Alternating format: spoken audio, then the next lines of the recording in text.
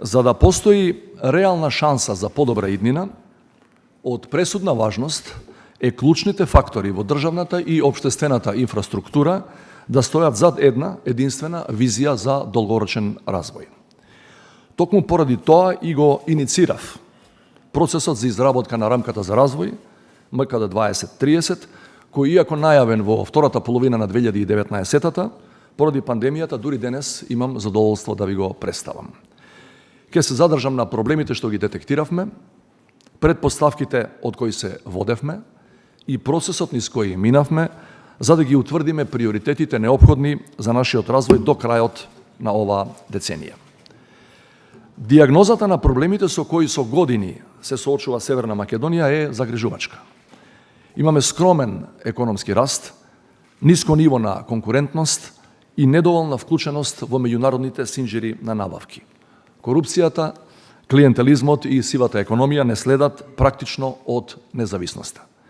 Сегашниот развој е еколошки неодржлив, социјално неинклузивен, регионално неизбалансиран, енергетски ранлив. Закочените европски интеграции доведуваа до чести политички кризи, поларизација во општеството и партизација на институциите.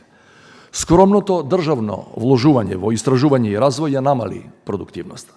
Сето тоа директно влијае врз развојот на БДП, врз платите и врз животниот стандард на граѓаните, особено младите. Од бројните негативни податоци ќе споделам само еден. Во 2020 година околу 21,8% од населението живеело под прагот на сиромаштијата, што е двојно повисоко споредено со просекот на Европската Унија. Поради комбинираните ефекти на здравствената, енергетската и економската криза, таа бројка денес е повисока. Младите масовно се иселуваат, граѓаните станаа пасивни и аполитични, а недовербата во институциите хронична. Општеството ни е длабоко поделено, а перцепцијата дека е невозможно да се напредува врз основа на сопствените квалитети и способности е се присутна. Почитувани соочени со сите овие сериозни проблеми, си го поставивме следното прашање. Како до крајот на оваа деценија да потикнеме севкупен економски и општествен развој, да ја зголемиме довербата во институциите и да го намалиме иселувањето на младите. Или со обичен јазик кажано, како да ја вратиме надежта кај луѓето. Од остварувањето на оваа голема задача зависи дали ќе исполниме една од клучните цели наведени во преамбулата на нашиот устав, имено дека државата се конституира за да се обезбеди социјална правда, економска благосостојба и напредок на личниот и заедничкиот живот. Ако државата постои заради граѓаните, а само заради нивните интереси и треба да постои, токму тоа беше стожерот околу кој го градевме овој документ. Зошто во насловот на рамката ставивме МКД и зошто ставивме 2030 година? МКД стои не само затоа што ова е документ за развој на нашата држава, туку затоа што станува збор пред се за наша автентична рамка втемелена врз нашите специфични потреби и потенцијали на македонското општество и напишана од македонскиот ум. А зошто токму 2030-та? Бидејќи таа година е доволно далеку за да ги направиме сите потези и интервенции неопходни за развојот, но доволно блиску за оваа генерација политичари да не може да ја избегне својата одговорност пред граѓаните за пропуштеното или лошо направеното. МКД 2030 не е кабинетски, туку теренски документ. Експертите не го пишуваа изолирани во своите кабинети, туку го создаваа преку широки консултации во инклузивен и транспарентен процес. Некои од нашите најдобри умови ни ја ставија на располагање својата експертиза и искуство. Над 60 организации и поединци од граѓанските здруженија, стопанските комори, академската заедница, медиумските и младинските организации беа вклучени во различни фази од изработката на овој стратешки документ. Во оваа прилика сакам јавно да им се заблагодарам на сите кои придонесоа денес рамката за развој да ја имаме пред нас. За време на самиот процес бевме соочени со бројни предизвици. За да се формулира документ за развој во услови на симултани кризи е исклучително тешка работа. Меѓутоа, уверен сум дека е добро тоа што токму во вакви времиња ја подготвивме МКД 2030, бидејќи на тој начин развојната рамка ја калибриравме водејќи сметка за најнегативните сценарија и најпесимистичките прогнози. Токму поради тоа и очекувам МКД 2030 да го издржи тестот на времето. Од процесот кој траеше со месеци, беа искристализирани 4 приоритети со 166 конкретни препораки групирани во 24 области. Првиот приоритет е забрзан економски раст.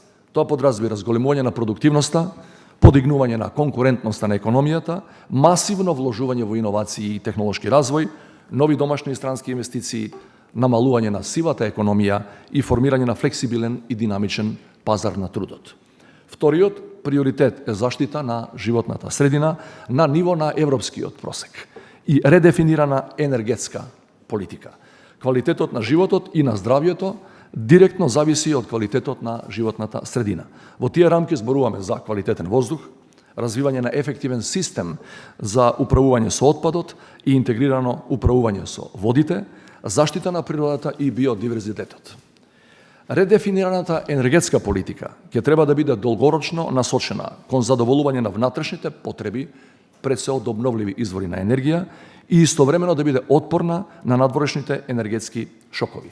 Третиот приоритет е дигитализацијата, што е истовремено и цел самата за себе, но и средство за постигнување на другите развојни приоритети. Од тука неопходно е забрзување на дигиталната трансформација и промовирање на дигитална економија и образование, целосна дигитализација на јавните услуги, подигнување на дигиталната писменост и форсирање на многу посилен развој на македонскиот IT сектор. Четвртиот приоритет се образованието, младите и инклузивниот развој, три области кои се органски поврзани. За да излеземе од надолната спирала на сиромаштија, социјална исклученост и масовно иселување, потребно ни е образование адаптирано на потребите на пазарот на трудот. Приоритет е да работиме на намалување на сиромаштијата и на социјалната исклученост, да развиваме современи културни политики, да промовираме почитување на човековите права и да вложуваме во медиумската писменост, неопходна за разликување на вистината од лагата. Почитувани овие 4 приоритети се меѓузависни и подеднакво важни за развојот на Северна Македонија и затоа треба да се имплементираат истовремено, без нивно рангирање. Тимовите кои беа ангажирани постигнаа широк експертски консензус и следејќи ја таа позиција, дозволете да ги истакнам следните 3 мои очекувања.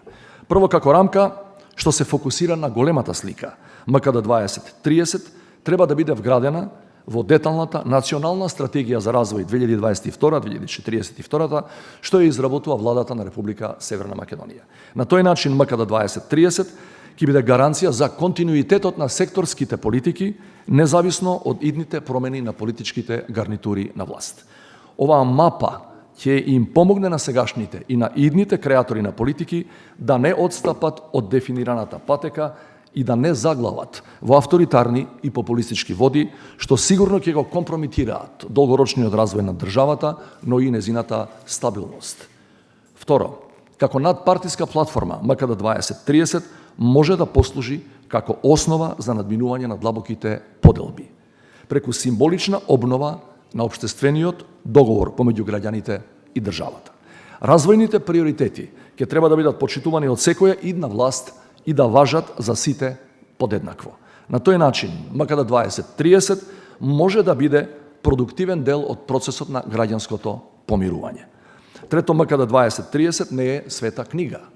Затоа очекуваме документот да поттикне дебата околу понудените предлози и да ни помогне во јавниот дискурс, наместо врз небитни дневно политички епизоди, енергијата да ја трошиме на размислување и делување за реализација на долгорочните развојни политики. Се подразбира дека во тој дел очекуваме аргументирана критика и размислувања различни од нашите. Почитувани, ние самите одлучуваме дали ќе стагнираме или ќе напредуваме. И во времења кога на дневна основа мораме да менаџираме повеќе кризи одеднаш, не смееме да ги изгубиме од предвид виталните национални стратешки приоритети. А тие се, до крајот на оваа деценија, заеднички да посведочиме на севкупен економски и општествен развој, на поголема доверба во институциите и драстично помало иселување на младите. Рамката за развој МКД 2030 може да ни помогне да ја направиме Република Северна Македонија подобро место за живење, во кое македонските граѓани ќе имаат шанса да ги остварат своите животни идеали. Без лажно морализирање и без патетика кажано, тоа е историската одговорност која сите ние, особено носителите на јавни функции, ја имаме во однос на живите наши деца и внуци, но не помалку и кон идните генерации, на кои мораме да им оставиме државата во далеку подобра состојба од она во која денес се наоѓа. И благодарам.